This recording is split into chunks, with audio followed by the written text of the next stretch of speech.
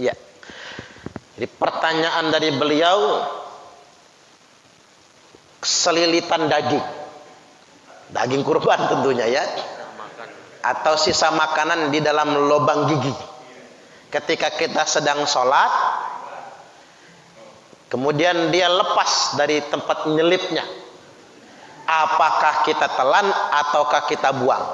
Jawabannya dibuang, karena kalau ditelan batal sholatnya. Dibuang. Gimana cara ngebuangnya? Jangan ditinggalin di mulut, ketelen takutnya. Jika cara ngebuangnya bagaimana? Ambil pakai tangan, kondisikan pakai lidah, kan bisa kan mengondisikannya. Kondisikan pakai lidah, ambil, dikantongi saja. Kantongin loh Pak, ini masjid soalnya, jangan sembarangan ngebuang. Kantongin, sholat lanjutkan. Jangan dikondisikan pakai lidah, dilempar pakai lidah. Begitu dilempar loncat dia.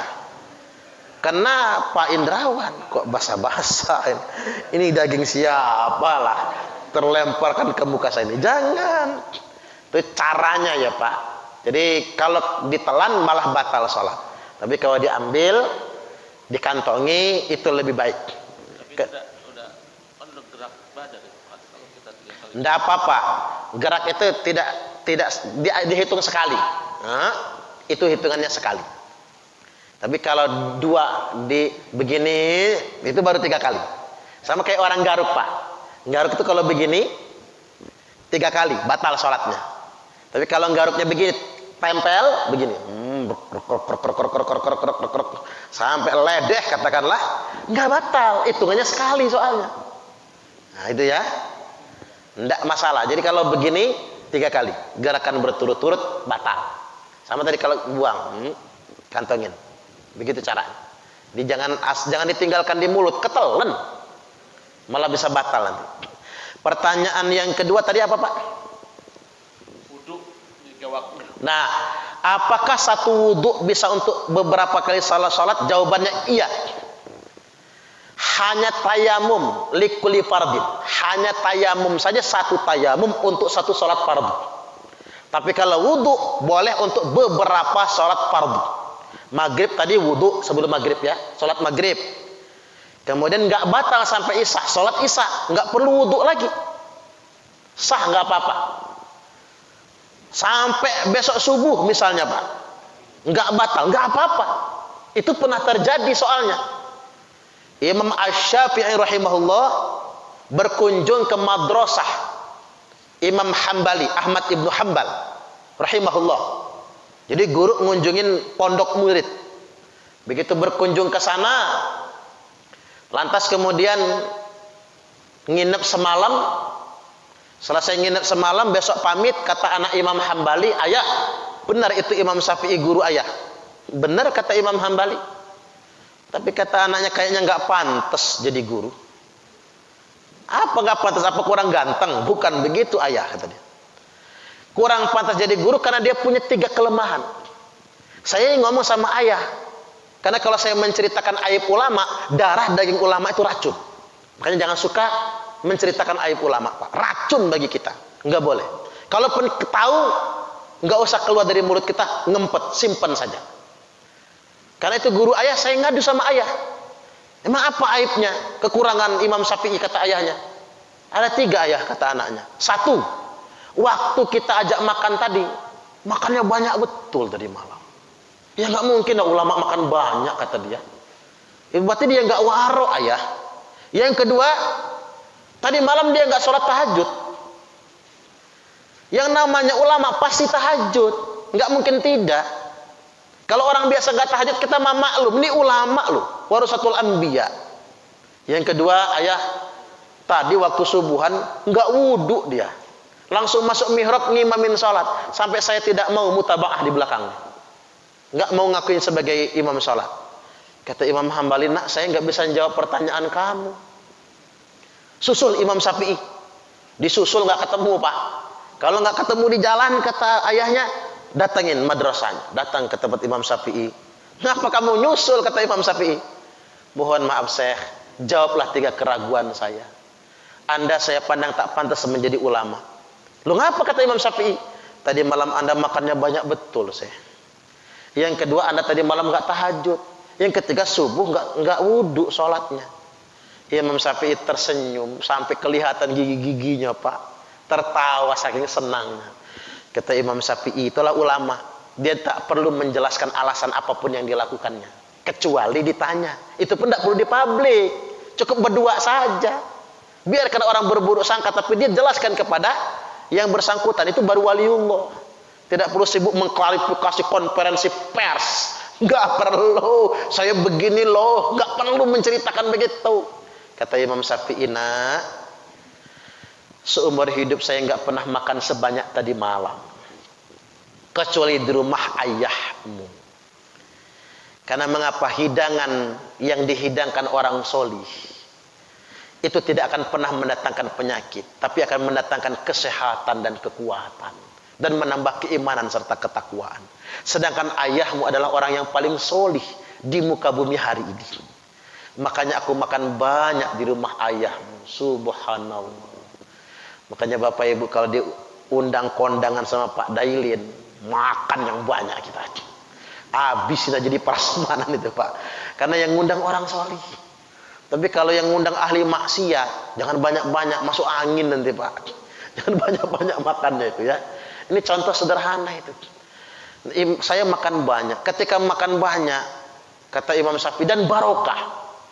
Semalaman mata saya tidak mau terpejam. Langsung semangat. Dan seperti Al-Quran dan hadis terbentang di depan mataku. Ada 80 ini Pak. Perkara fikih yang selama ini belum aku selesaikan, bisa aku selesaikan dalam satu malam. Subhanallah. Bayangin Pak, kalau kita makan banyak, waduh, mata ini berat banget ya Pak. Udah sate habis 20 tusuk, habis sopnya juga begitu, sop kepala kambing lagi ya Pak ya.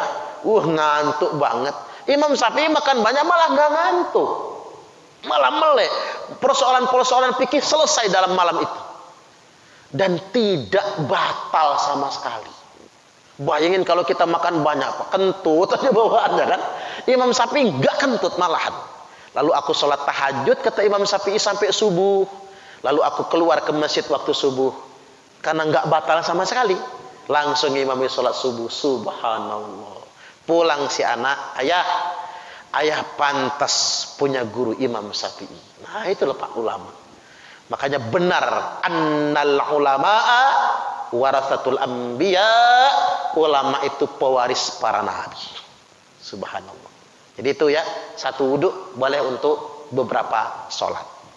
Kalau tahan, nggak kentut dari sekarang sampai besok subuh Pak. Subuh besok nggak apa-apa. Tapi syaratnya nggak tidur. Kalau tidur ngorok ngiler ya nggak bisa lah. Baik, masih ada.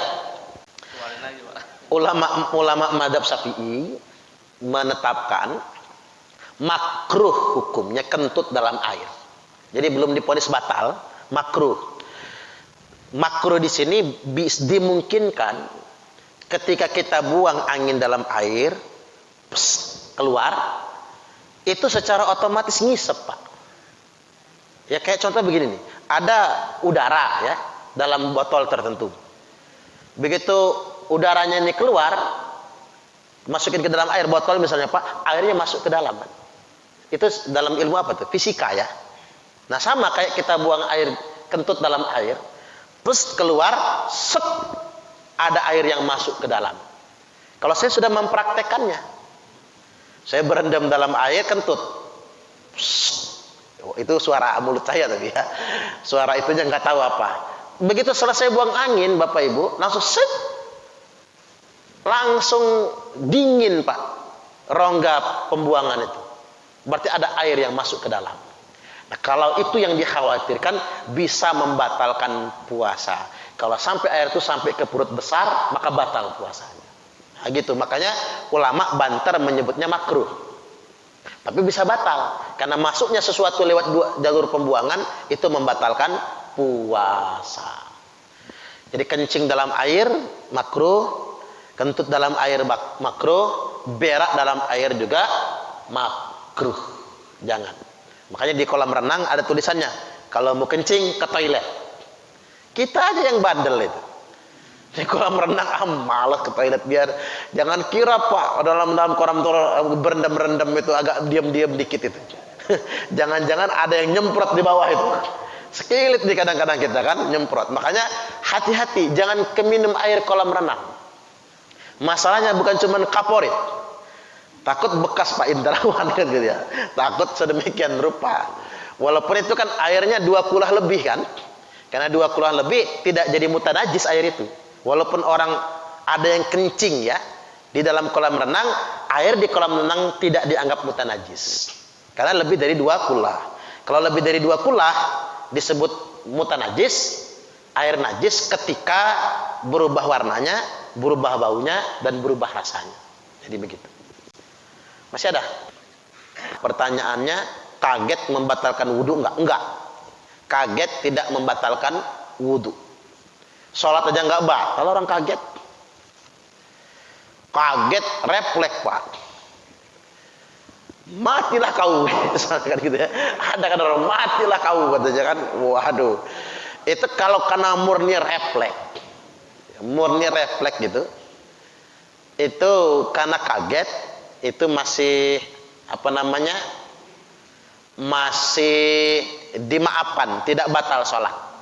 Karena yang membatalkan itu ini, wan nutqu bi harfain au bir harfin mufhimin amdan. Berkata 2 huruf atau suatu huruf yang bisa dipahami secara sengaja. Ada unsur amdan, sengaja batal. Kalau latah ngomong jorok gitu. Nah itu yang masalahnya kan. Orang Palembang itu jorok banget tuh kalau kaget. Iya, kalau latah orang latah. Kalau latah itu kan ngomong jorok. Enggak batal juga. Tapi jangan dibiasakan lah latah ngomong jorok. Nanti mati juga ngomong jorok dia Pak. Orang itu kan mati menurut kebiasaannya ya. Jadi biasakanlah latah itu dengan ucapan-ucapan yang baik. Agar jadi kebaikan juga nantinya. Jadi hati-hati, kalau nggak sengaja nggak batal. Wudhu nggak batal ya, orang kaget sekali lagi. Tapi kalau sengaja sholat, dalam sholat batal.